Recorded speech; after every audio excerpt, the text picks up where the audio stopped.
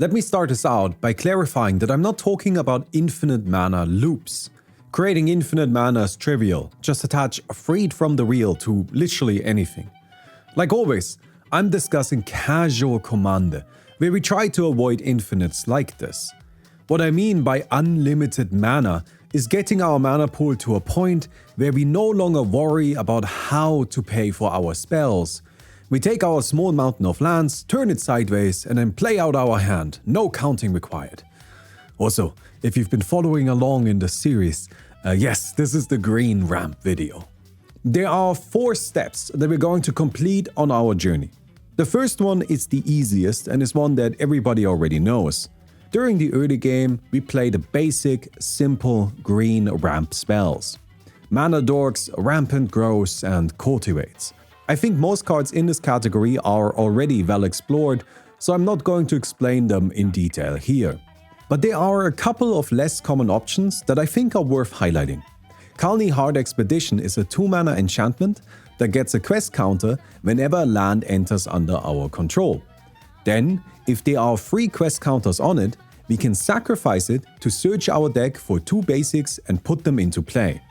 This is undeniably a slow card. But if you are in a slower meta or in a deck that can accelerate land drops either through fetch lands or other ramp spells, then Khalni Hard Expedition becomes 2 Rampant Growth for the price of 1. It's not a fast card, but it's very efficient, and that can go a long way when properly accounted for. Another card that I like a lot is Gaia's Touch. Gaia's Touch is a 2-mana enchantment that, once a turn, lets us put a basic forest into play from our hand. By itself, this is nothing crazy. There are lots of cards like it. But Gaia's Touch has an additional ability that allows us to sacrifice it to add 2 green mana to our mana pool. One of the problems cards like Exploration have is that unless they're part of an engine, they can only be used a limited number of times before we just run out of lands in our hand.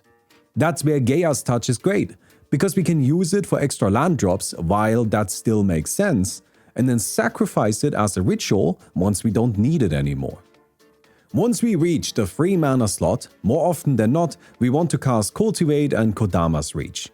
But there are some really cool additions and alternatives available here as well.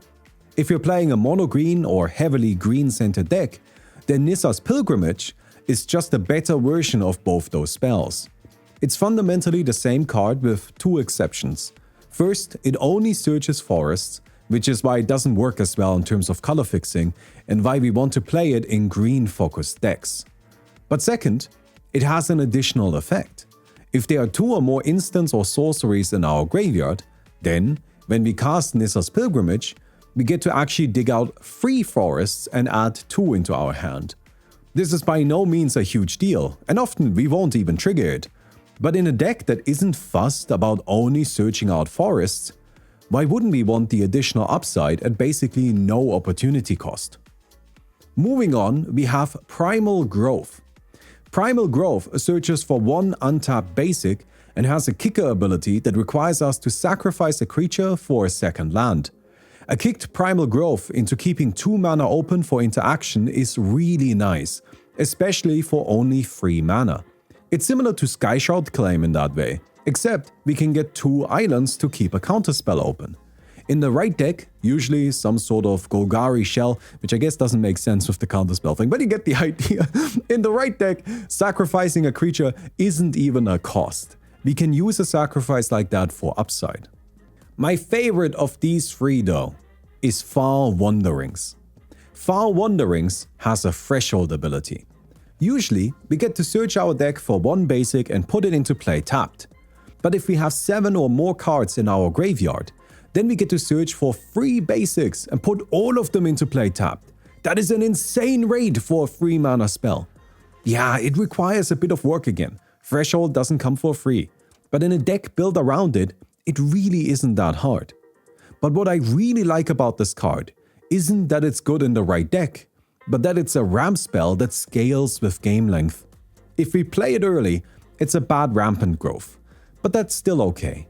Llanowar Elves into Far Wanderings is a totally reasonable line of play. But unlike Rampant Growth, if we draw it a bit later in the game, it doesn't feel terrible. Some of our stuff has presumably already been killed, or we used some instants and sorceries, and so we should have reached threshold naturally. And then 3 mana ramp free is just sick. That's relevant even if you're past the early game. I really like Far Wanderings, it's a cool card. Once we reach 4 mana, we are entering a space of higher expectations for our ramp spells, and the end of step 1. Spells here should always ramp at least 2 lands at once and give us the opportunity to include utility. The aforementioned Skyshroud Claim is nice because its lands enter untapped, but I'm also a big fan of Circuitous Route and Map the Frontier, which, in addition to basics, let us find gates or deserts respectively. Circuitous Route is important for decks that are using the powerful Gates mana base, as it lets us find the essential Baldur's Gate and Gaunt Gate, which enable the strategy. And Map the Frontier works great anywhere, because Arid Archway and Scavenger Grounds are both deserts, and those are just fantastic utility lands that any deck can play. Once we are past the early game, we leave a like on the video. I'm sorry. These are getting worse by the week, aren't they? Like these are, we leave a like, please give the video a thumbs up. And we have a choice between 2 wonderful worlds of ramp, both of which represent steps 2 and 3 on our journey. Although which one comes first and which second, and whether we do both or only one, is up to you. All that matters is that we take one of these steps, as they will both lead to the same conclusion. Our first option are ramp engines. A well-built ramp engine allows us to play or ramp multiple lands each turn while not requiring a constant stream of castable spells. There are many possible ramp engines. I won't be able to list all of them, so here are 3. Bristly Bill's Spine Sower is a 2-mana commander that lets us place a +1/+1 counter on a creature we control whenever we have a land enter. Fertilid is a 3-mana 0/0 elemental that enters with 2 +1/+1 counters. We can then pay 2 mana and remove a +1/+1 counter from it to search our deck for a basic land and put it into play tapped.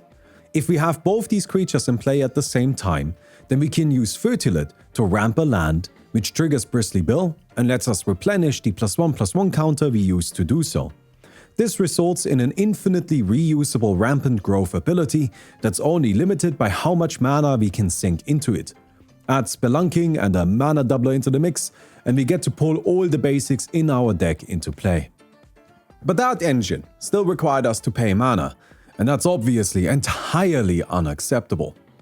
This next one only requires lands in hand. Retreat to Coral Helm is a 3-mana enchantment with a landfall ability that allows us to untap a creature.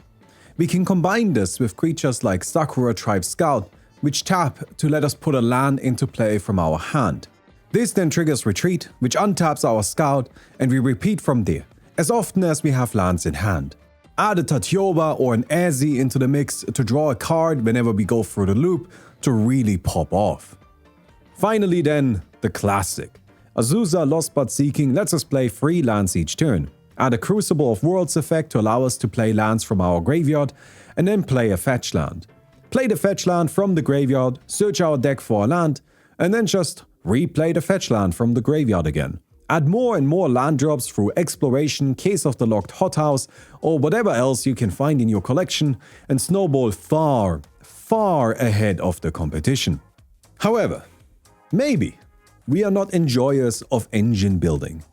Maybe we just want to play some spells and get big mana.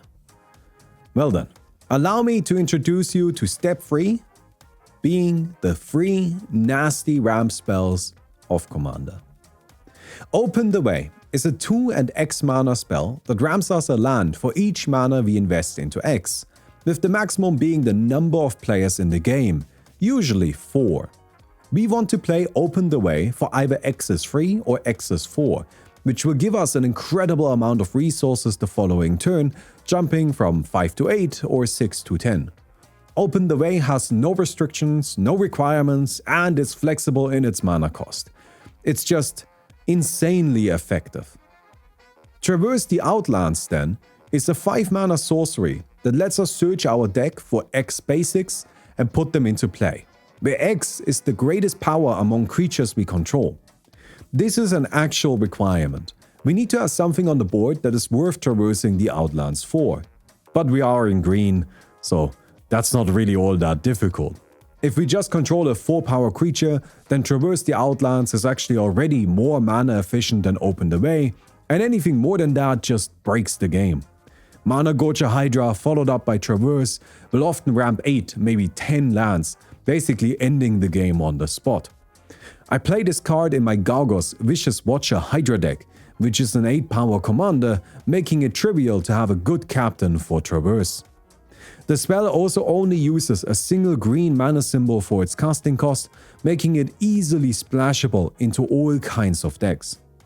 Also, someone cursed me with this knowledge, so I'm gonna curse you with it. That tree fork has a big butt. Finally. What was that? I don't know why I included that. No, you left a comment about that. So I have to know that you gotta notice it. Finally, we have Boundless Realms. Boundless Realms is a 7-mana sorcery that simply ramps for as many lands as we already control. Boundless Realms is the pinnacle of ramp spells. Its sheer potency is unmatched. Many players don't realize that a resolved Boundless Realms is GG, but it often is. If you see this, count it. It mustn't resolve. While 7 mana may seem like a lot, keep in mind we've been ramping all game, and so this is honestly quite achievable. We should now have so many lands in play that we significantly thinned our deck and are only drawing spells. But to truly become unlimited, we have one final step to take. Step 4, we need to multiply our mana. Cards like Mana Reflection, Virtue of Strength, and Nyxbloom Ancient simply double or triple the mana we have access to, completely removing any restrictions that mana costs might impose on us. Now, I understand that these look like even more expensive cards on top of the already expensive ramp we played previously, but once we reach this stage, these mana multipliers are actually free. If we went Open the Way for 4 last turn, and then we played our land drop this turn, we have access to 11 mana. We spent 7 of those to cast an Nyxbloom Ancient, leaving 4 lands open, which now tap for free each. 12 total. We gained mana by casting Nyxbloom Ancient, and that's not even talking about next turn, where we'll have access to 36 instead of 12. Oh, and of course, these stack. Add a Mana Reflection and tap for 72. There are no more limits. Nothing keeps us in check. Mana is nothing more than a suggestion anymore, a thought from a simpler time. Green is a really silly color that can do insane things. But somehow, I often see people limiting it to just playing Rampant Growths and Cultivates. And honestly, I mean, like, that's good, but you can go so crazy. If there's one card that you all should play more of, if there's one takeaway from this, it's Open the Way. Like, just put Open the Way into every deck. It's dumb. Also, Boundless Realms, especially if you can duplicate it. Oh my god. A duplicated Boundless Realms is the dumbest thing you've ever seen in your life. It's insane. Anyways, I hope you guys enjoyed the video. If you did, don't forget to give the video a thumbs up. Would definitely appreciate that. I did cut out quite a lot. This was actually a lot longer because I have a lot of opinions about ramp. But I had to just kind of keep it short. Gotta keep it snappy, right? Anyways, I'll see you guys around. Goodbye.